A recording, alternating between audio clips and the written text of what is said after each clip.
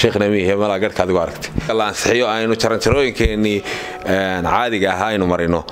dee waa arrin iska mabaaxa laakiin waxay u baahan tahay ma xaaraan buu jidaynayaa ma shay xaaraan oo xaaraantinimaynaya ma shay xalaal oo xalaaltinimaynaya taa waxaa habboon in culimmadu ka dee jawaabto garyaqaan cali siciid jaamac ugu horreyn garyaqaan waa ku soo dhaweynaa waxaan rabnaa inaan wax kaa weydiino xeerka caymiska qaranka Soomaaliland markii la ansixinayay golaha la horgeeyay muddo badan bay uu muran dhaliyay culimadu way ka hadashay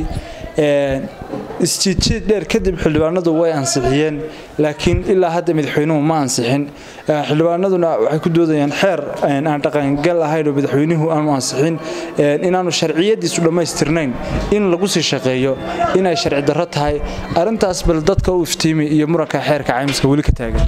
horta sideedaba ma xeer caymis ahaado ama xeer kale ahaadee markaynu nahay dee jamhuuriyadda Soomaaliland dastuur baynu leenahay hannaankeenana dastuurkeenna ayaa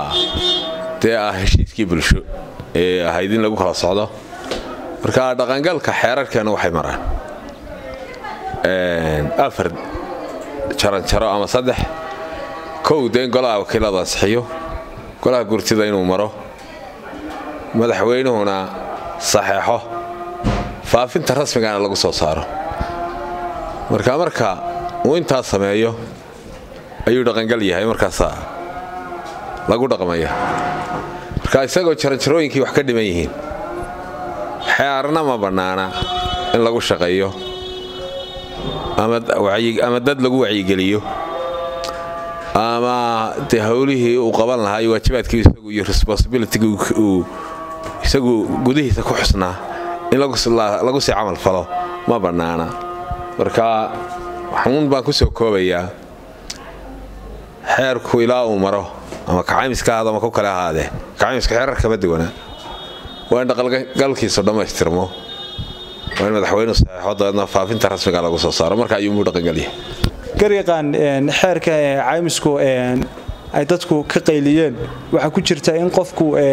gaadiidka caymisanaya in lacagta uu bixiyo aanu hadhow helin qofku markay wax ku dhacaan wixii magaa cuqaasha dul saarnaa inay hay'addu iyadu ka qaadaso xeerkaas culimadu waxay ku tilmaameen mid xaaraana wada ka soo horjeesteen xagga sharciga markay nimaadno sidee kula muuqataa kolleed horta su'aashani ma aha su'aal xagga xeerarka qusaysa waa su'aal shareeco hadday tahayna waxa ka fadwan kara culimada waxayna tahay kuma socoto arrintu hadday arrin shareeco tahay laakiin marka la isku soo duubo marka hore in xeer bulsho la samaysto shareecadeenu ma diidnayno waa heshiis bulsho mucaamalaad ama sulxul mucaamalaad bay hoos imanay laakiin dastuurkeena wixii shareecada waafaqsan wuu ogol yahay wixii ka hor imanayana wuu diidan yahay marka in heshiis bulsho la sameeyo anigu ma fadwoonayo laakiin in heshiis bulsho la sameeyo shareecadana way ogoshahay ilaa laba shardi haddii ay leedahay mooyaane inuu heshiiskaas yahay mid shay xaaraana xalaal ka dhigaya ama shay xalaal ah xaaraan ka dhigaya haddii labadaa mid soo gelayo heshiiskaasi dee ma waafaqsana shareecadeenna marka anigoo fadwada culimmadu ay leedahay haddii ay jirto arrin xaaraana oo ay culimmadu qeexdo tiraahdo mawduuc xaaraana ku jira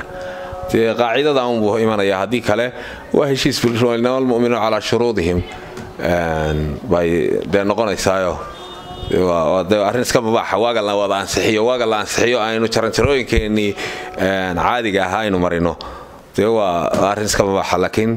waxay u baahan tahay ma xaaraan buu jidaynayaa ma shay xaaraan oo xaaraantinimaynaya ma shay xalaal oo xalaaltinimaynaya taa waxaa habboon in culimmadu ka dee jawaabto oo maaha anigu ma fadwoonayo sheekhna miyahay mala garhka adigu aragtay